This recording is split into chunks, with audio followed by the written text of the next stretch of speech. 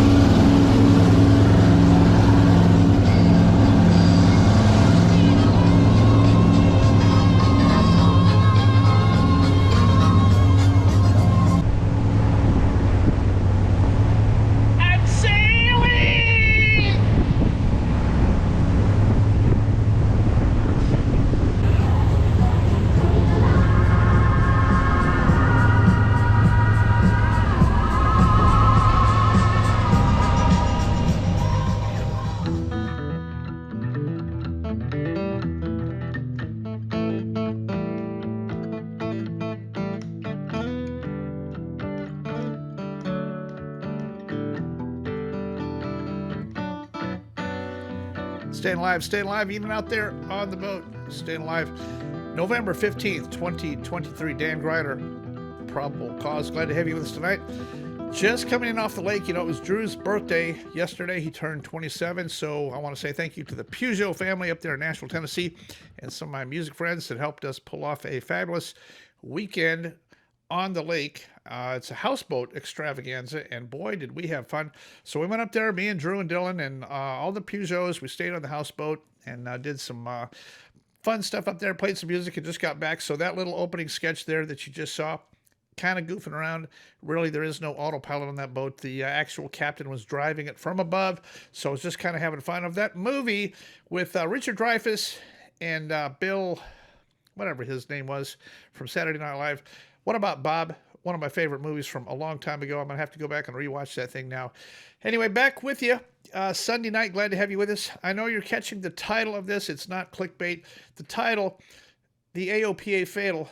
What we do know is, in contrast to the one I did last Sunday night. Last Sunday night's video got 82,000 views.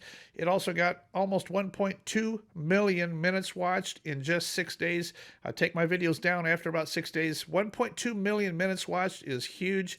Most of my videos hit the 1 million mark every 6 days. The Sunday night videos are very well received. I've been starting to get the idea.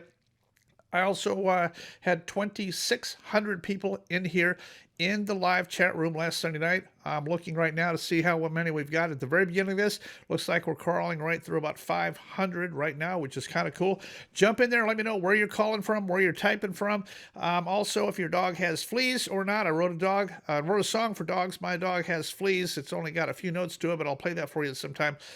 And let me know where you're calling from and where you're checking in from. It's always interesting to see. The chat room, the live chat room is open.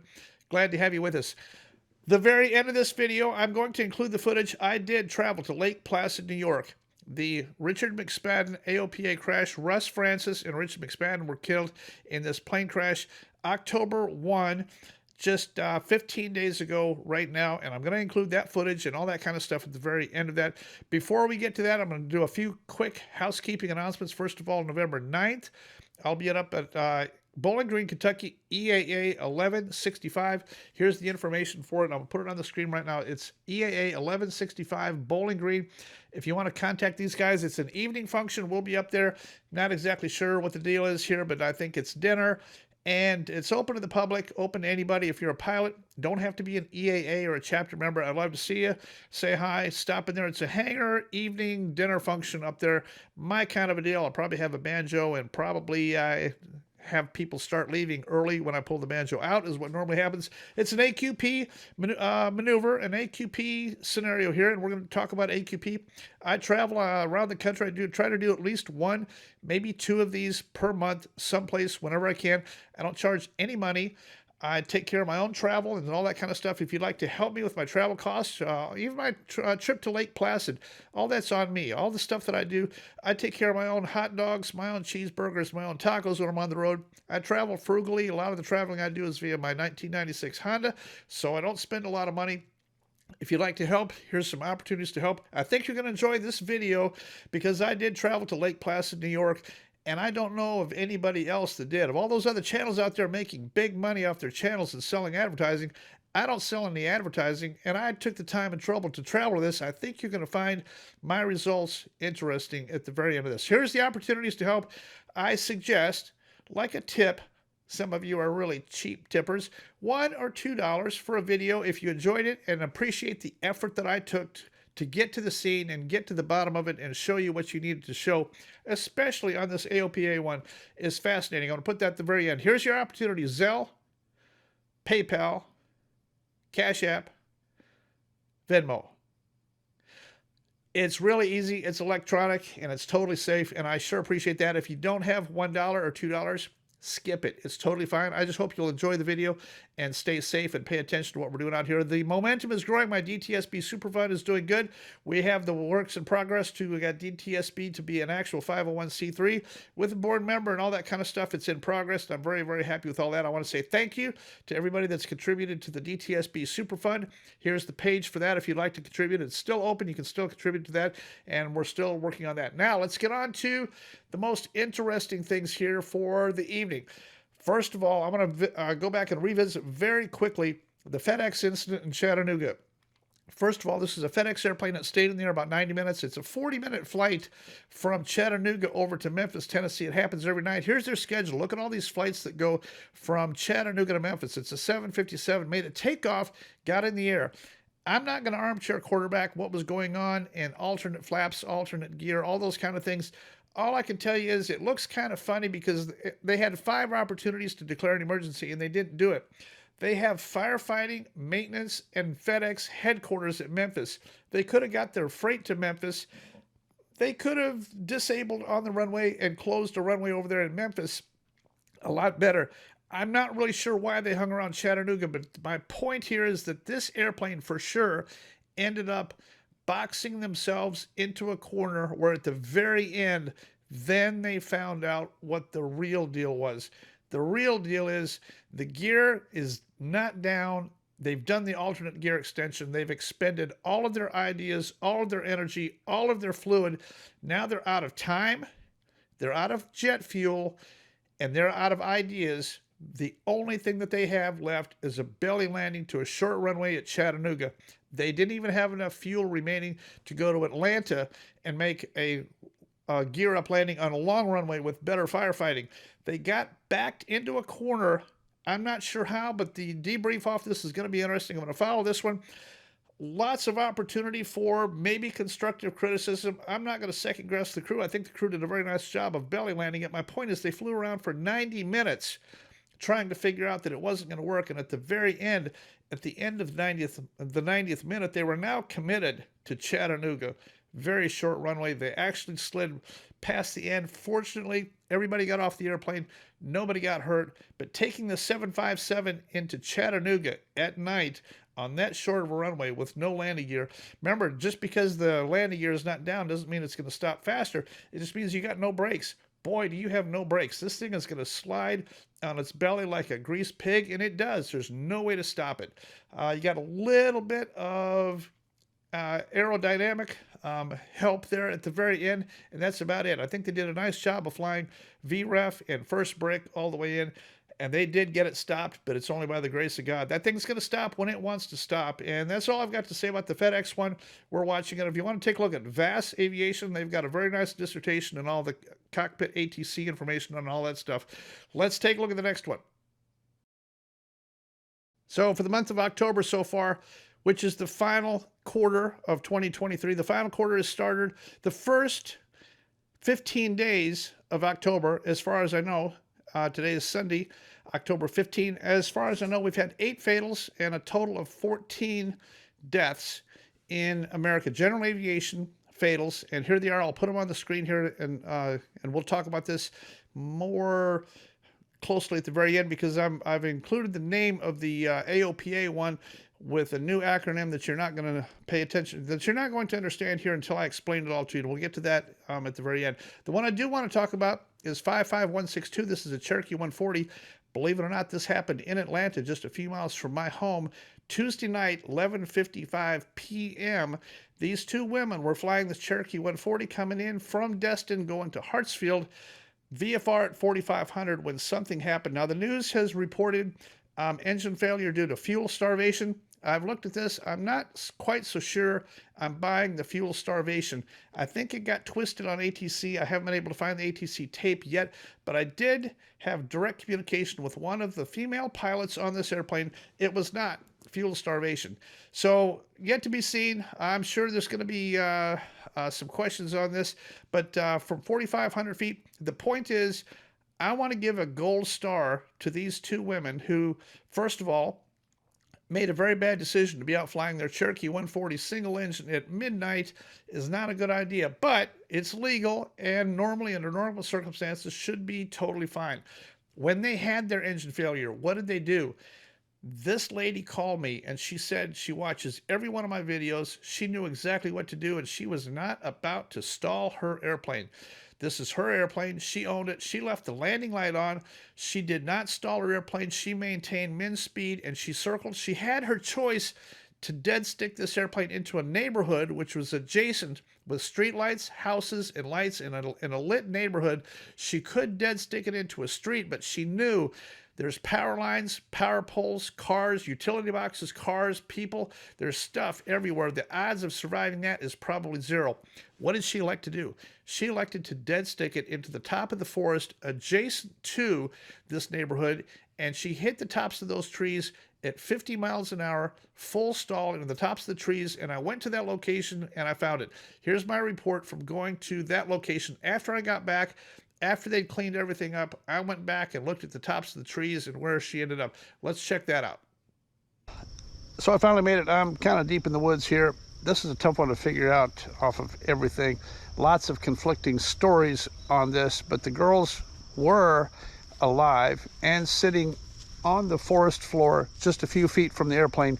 They opened the door, got out, and they were waiting, communicating with one of the girls' mother in Texas via cell phone, and they were able to ping. So the ELT didn't do them any good, but cell phone and iPhone and a ping did the trick. They finally got to them. I was able to find a little bit of the rescue garbage up here that left a little telltale breadcrumb track here that led me down to here. And then once I got down to here, the forest floor, this is where I found the branches broken with fresh cuts on them. And I'll show you these fresh cuts. Everything else laying around this floor of the forest here is all old, and I'll show you an example of old wood that's laying around. For instance, this is old. This has been there a long time. It's weathered and wet. The fresh stuff is easy to see, and there's fresh branches right here at this spot leading to this area. Now, I'm surprised here, but there's no divot in the ground where the nose of this Piper hit the ground, which tells me it hit the ground soft enough that A, it didn't kill them, and B, it didn't hardly indent this forest floor. The further amazing thing about this is that these girls full stalled this thing into the tops of the trees, and what saved their lives was the accordion effect of coming down vertically, breaking branches on these tall trees as they fell. So it kind of went chunk, chunk, chunk, chunk, chunk, chunk, chunk, and slowed them down until by the time they got nose down to the forest floor, they weren't really going that fast. They didn't fly it with speed into the top of the trees. I think, from everything I can tell here, looking up, I think they full stalled into the tops of the trees, which is the best way to do it, and then Mother Nature took it from there. It became a lawn dart, and just fortunately they were in tall enough, thick enough trees with enough branches that the wings actually caught the branches on the way down, and they decelerated like that. Now, what these knuckleheads are doing out here after midnight, So I'm really happy, among all of us, Instagram, Facebook, social media, YouTube. I think that the general public, the flying public, is paying more attention using YouTube as a how to, copying the ideas of other people and listening to the advice of others. Not just me, but everybody out there telling you how to better stay alive in your general aviation airplane. I think together we are definitely making a huge difference. I think the NTSB taking 3 years and locking their stuff away in a KGB vault where no one can know. They don't release the docket. They're very, very slow on releasing anything, and they hoard all that pictures and data. Don't tell anybody and don't share until the final report comes out. I think all that is old. Now we have all this stuff, and we're all learning very, very quickly. This opportunity to talk to this person from the Cherokee 55162 directly is critical. It's a huge deal. It's a huge win for all of us that she had the presence of mind and knew what to do in this situation. She did not stall her airplane, and she flew it into the tops of the trees full stall. She flew it as far into the crash scene as far as possible. She maintained control all the way in. And I think that segment of going out there and finding that and seeing from my own eyes the method of these trees, these branches, and how this Cherokee descended onto the forest floor so that she and the other passenger. Now, the other thing I'm going to put in here that's very interesting, this airplane happened. ATC definitely knew that this airplane went down, but when it went down, they sent paramedics, EMS, emergency services out there looking. All those people went out and looked for 1 hour, and then they all returned to base because they couldn't find them. The ELT didn't work, even though it was active, certified, and beeping. The ELT was going off, but nobody could find them, so everybody went back. These two girls were hurt. They finally managed to crawl out of the airplane and crawl away from the airplane. They laid there on that forest floor for a long time, and then once they realized that nobody was coming to help them, they were bleeding, broken ankles, a couple broken ribs, and all that stuff. They decided to send one of them back to the aircraft to retrieve an iPad out of the airplane and then crawl back to this position about 20 feet away and see if they could get on an internet connection. It worked. The internet connection worked. They got a hold of somebody, FaceTimed, and sent a ping. And then about 3 hours after the crash happened, emergency services were able to locate by following the ping to that iPad, and that's how they found him. I interviewed the fire captain who was the first on the scene. He trudged through the woods. They found him. They were following signals. They did not have any video. That video that you've seen of an airplane crashing from above, that's airplanes looking for them. That's not the accident airplane. This fire guy made it to the scene. They carried them out there on stretchers. They put these two women in stretchers and hand carried them out of the forest on these homemade gurney type canvas stretchers to get them out of there. Couldn't even get an ambulance or medical flight into where they were. Carried them through the creek, but they did not go there immediately. It took almost 3 hours for them to even find them. It took almost 4 hours to get them out and into an ambulance, but they're totally fine. My point here is that if you don't freak out, don't stall your airplane. Fly it as far as you possibly can into the crash. Even if it's at the top of the trees, you're probably going to be just fine. It's better than the alternative. If you stall and spin this thing from 4,000, it's probably not going to be good. My hat's off to both of these women. I hope to be able to talk to them in person. I've only talked to one of them via phone several times, and I'm very, very happy. I'm not buying the whole fuel thing. I think that they had fuel. I think they had a fuel anomaly, and I think ATC or somehow media got that whole thing twisted. I think they had plenty of gas on board when this thing happened, and I know we'll eventually find out what the culprit was there, but kudos to these two women, and leave a comment in the comments below your appreciation for their willingness to stay calm, fly the airplane. It's a huge testament to the educational aspect of how to handle an abnormal at night. All right, so now we're getting to the section that you want to see. This is the AOPA fatal. The last one, what we don't know. This one is what we do know, and we know this because I actually went there and I shot video. I'm going to show you a video sequence that I've already pre-prepared and pre-canned. When I shot this, I did make one mistake in the description. I said that it was a right-hand turn into this embankment. When you hear this portion in here, I actually meant left. So the airplane is in a completely different category. You know, we've talked about LOTOT, loss of thrust on takeoff. When your engine quits you, The decision has been made for you. You're landing within a few seconds because your thrust is gone. I mean, zero. Loss of thrust is a huge deal. This airplane actually took off from runway 32. It flew.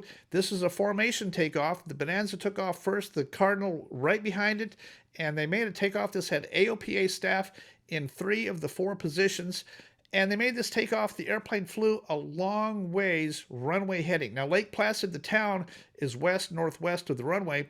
A lot of people on the ground watched this airplane fly over, and I'm going to let you hear the interview for one of the guys that I found that was willing to put his voice on here. This guy's an airplane guy, very knowledgeable, and knew what he was looking at. He said the airplane was struggling. It didn't sound right. The airplane was struggling for altitude. And this position is west-northwest of the airplane. This airplane did not have a loss of thrust after takeoff and an immediate turn. This is not the impossible turn question. This is the impossible return. Now the decision is made to turn right. I'm going to show you the flight path here, but this thing turned right and made a beeline back to the airport. So it's now approaching runway 14 at an angle, but they did not lose their engine. Look at all the fields that they overflew. Good, solid, viable fields that they could have landed either gear up or gear down in any of this, including 2 golf courses out here. But they were determined to make it to the runway. So first choice A would have been making it to the runway. Making it to the numbers of 14 was the goal. When they got closer, they realized, I think they put the gear down. From everything I could tell, this airplane hit gear down into the side of this embankment. But when you put the gear down on this airplane, everything changes. You're pretty much coming down. If they had a reduction of thrust and were not maintaining energy, gear down would have been the kiss of death. Once the gear went down, they realized that landing on the numbers of 14 is no longer possible. Now they're aiming for the plateau approximately 300 feet short of where runway 14 starts. Now choice B becomes this plateau, this area just short of 14, and now they're aiming for any open area short of 14. Doesn't really matter if it's on the runway or off the runway, anything clear, this is where they're heading for next. When that didn't work out, they finally saw at the last second that that's not going to work out. Choice C became a gentle left-hand turn to try to impact the airplane sideways, belly into this ravine. And this is a very big ravine here.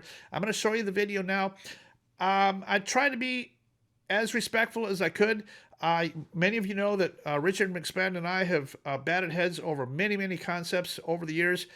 This one especially, we all kind of freaked out when AOPA made this video showing AOPA at a 45-degree angle of bank at 200 feet with a stall horn going off, and Richard flying the airplane showing that this is normal and this is good.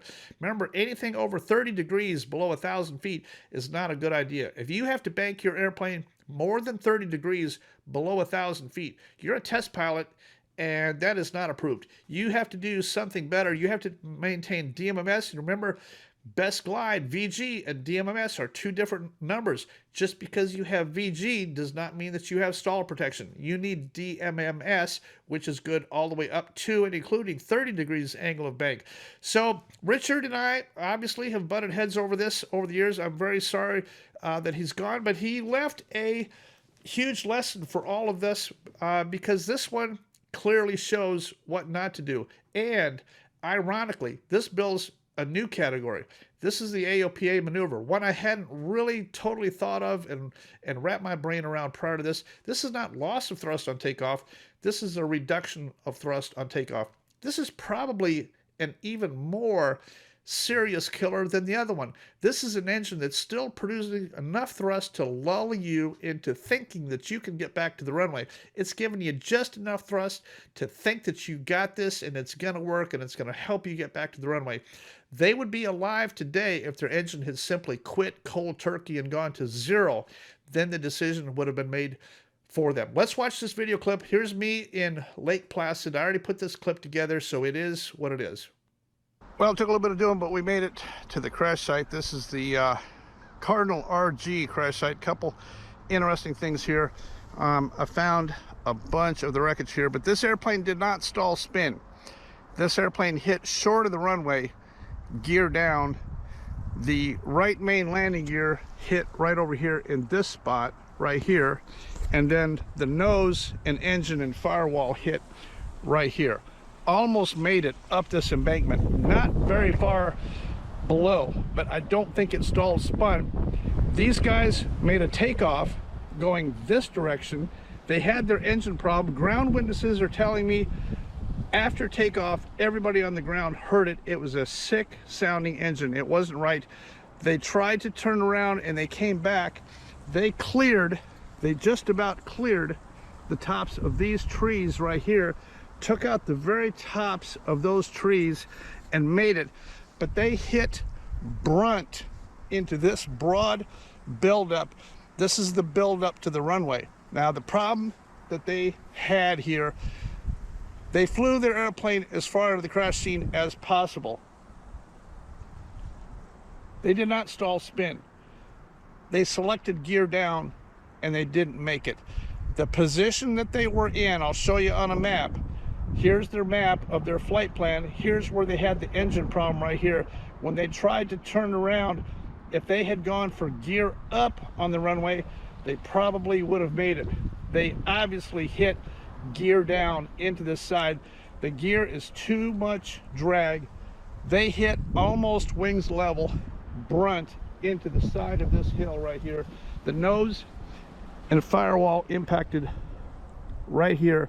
And then you see those pictures of them with their equipment dragging the fuselage up. That's how come the wings and tail look virtually intact on this thing. This airplane hit wings level. It did not stall spin. The occupants were killed instantly by the brunt impact of flying into this hill. We found all these pieces here. If NTSB has been here, they haven't done a very good job because they left tons of this material here. There's plastic, there's windshield, there's all kinds of stuff. Not that you can do anything with it, doesn't prove a thing, but they didn't do a very good job of site cleanup on the site here. All the big pieces are definitely gone, but the hillside is littered with the rest of this stuff here. And I just can't believe that all this stuff is still here, laying out here. It took me coming up here because I couldn't figure this one out. This is McSpadden. He tried to return to the airport, but he did not stall spin it, so I'll give him credit for that. The election to try to make this runway and put this airplane back on the ground, I believe, per AOPA policy on this photo shoot, they were in a photo shoot with a mission, probably an almost formation takeoff, getting this thing back in here. It was McSpadden in the right seat. It was McSpadden as the pilot in command. It was McSpadden flying the airplane. That's the way AOPA runs their photo missions. The Bonanza was shooting pictures, video. That's what the mission was to shoot video of this Cardinal RG in flight. And that's how come they had the Bonanza with the door off and the AOPA people on board that airplane to shoot over the Adirondacks. Would have been very beautiful. Tragic loss of life. I'll show you the flowers and the memorial just up the hill here where they've left flowers in honor of the two men that lost their lives October 1, 2023. Well, here's the spot from the top of the ridge. The airplane only impacted about 20 feet below it. They just almost made it. From here it's totally flat. The runway is right there. Here's their flowers, the cigar, 3 nickels. There's been somebody here to pay their respects. We picked up a lot of pieces out here. This is all plexiglass and stuff off the wreckage, so we know we're in the right spot. But this airplane hit hard. I almost think that they were in a little bit of a right-hand turn at the last second when they saw they could not make the runway. I think they tried to dispel their energy along this embankment here. Probably didn't work. The brunt impact of this impact going straight into this hillside did it. The tops of these trees that you can see right here are the ones that are broken. So the flight path was very low, out of energy, did not make it back to right here. If they could have made it back to this spot, they'd be alive today. That's how close it was. A really tragic shame on the whole thing. Revisiting the whole concept of should you turn back, The amazing thing is how much open space there is. Where they had their problem, they could have put this airplane gear up in a field anywhere out there, no problem. I just don't understand the urgency on getting it back gear down to a hard surface runway. Makes no sense to me. I hope that we can all learn something off of this tragic one. Our respects and condolences to all involved in this accident.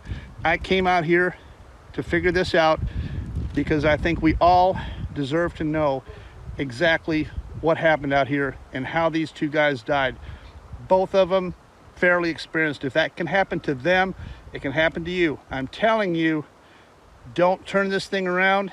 Don't place emphasis on getting your piece of garbage airplane back to this piece of garbage pavement. You don't need to do it. The insurance company owns that airplane. The instant that engine quits, put it down someplace, anywhere. Gear up in a field, open the door, and go to dinner. That's it. Crazy. The whole thing is just crazy how close they came to almost making it.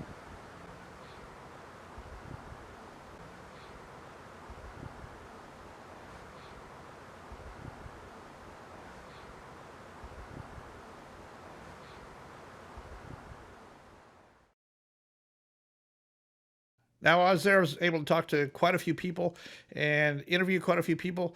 The one thing I did get wrong, Richard and Russ were alive in the airplane for a long time after the airplane hit. It took first responders a long time to get there. When the first 3 citizens got there, they were very much alive and they tried to help them. They did the very best that they could.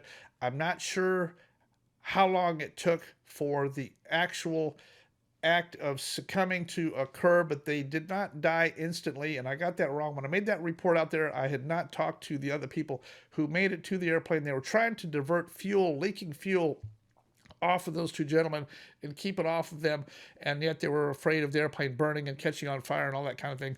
So they were alive for quite a while. I'm not sure what the whole sequence there was. I'm not sure if we'll ever know. The ironic thing here is that AOPA right now, they know. They have 2 people that were in the Bonanza. They have people that were there.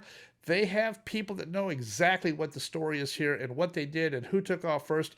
There's been rumor of the fact that this was a baggage door that came open after takeoff, and that's all it was. Not true. This is not a baggage door situation. This is a reduction of thrust on takeoff, and that's all that happened. It lulled them into thinking that they could get back. They decided to go gear down and make it to the runway to save that airplane, and that's pretty much all that happened. I'm going to let you listen to this tape, very quick tape of the individual on tape describing what he heard. This is an individual very, very close to Mirror Lake Restaurant Resort, which is northwest of the runway. Did it fly directly over the hotel here?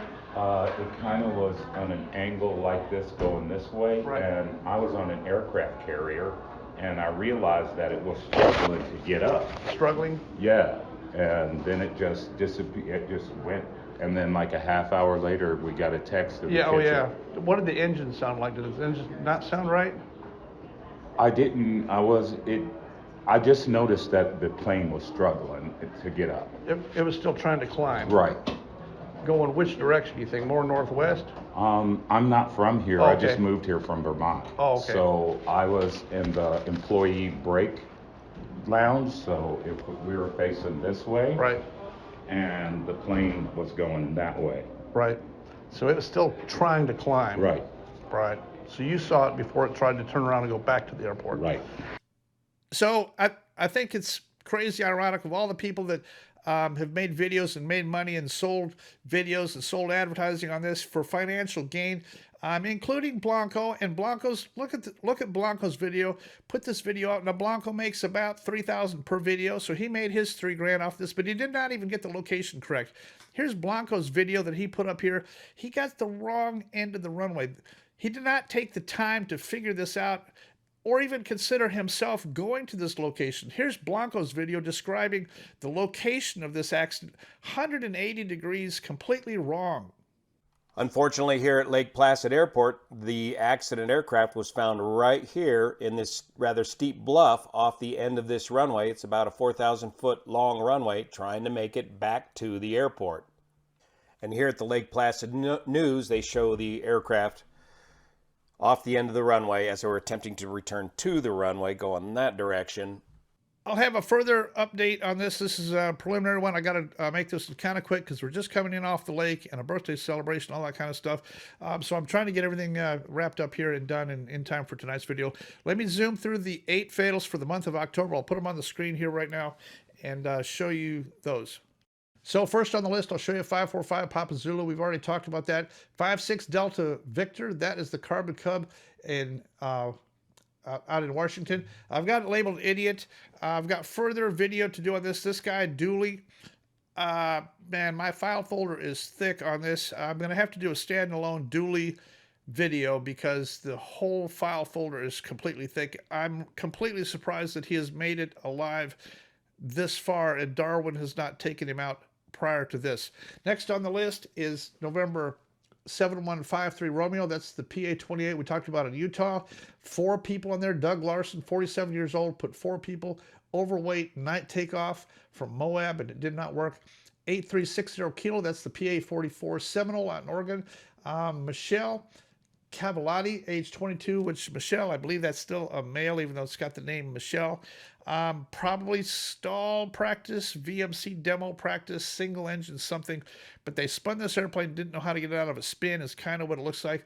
3 people in the airplane. The person in the far back seat did survive it and is going to survive and expected to make a full recovery. That's the Seminole out in Oregon. The next one is the Lancer, November 557 Lima Juliet. FAA has this wrong on ASAIS. They've got this wrong. It's Minnesota. This one is Lauren Jones, 66 years old, hit a power line. Bell 407-802 JR up in New Hampshire. Carl Svensson, 73 years old. No idea what happened. But it was a late night takeoff. 10:30 p.m. took off with this Bell 47. We don't know. RV-8, November 75 Romeo Tango out in Utah. I know very little about this one either. Donald Higgs, age 43, died in that airplane. And then the last one, 880 Alpha. This is the Cessna 414. Just happened in Louisiana. Guy's name is Muad Jabor, age 48. Him and the other guy died in this 414. What happened was they flew it in from Gonzales to Patterson, landed, either picked one up or dropped one off. I'm thinking that they dropped one off, but I've talked to a couple people down there. Story's not exactly clear, but anyway, the ADS-B data quits on left base, which lulls you into thinking that this is a left base stall spin, but it's not. They completed that approach, landed, and there's a time frame in here. There's a time lapse where this airplane lands, deplanes one, then they went and taxied back out, made another takeoff. On takeoff the second time, the witnesses heard this left engine. They think it's the left engine that sputtered. Did not sound right. They tried to make a left-hand turn and tried to bring it around, but never got much altitude. Tried very hard to bring it all the way back around, and on base to final, DMMS went below speed. This is almost a VMC rollover, except it didn't really roll. It just simply spun, left wing dropped, and it went vertical. Both guys died instantly in this.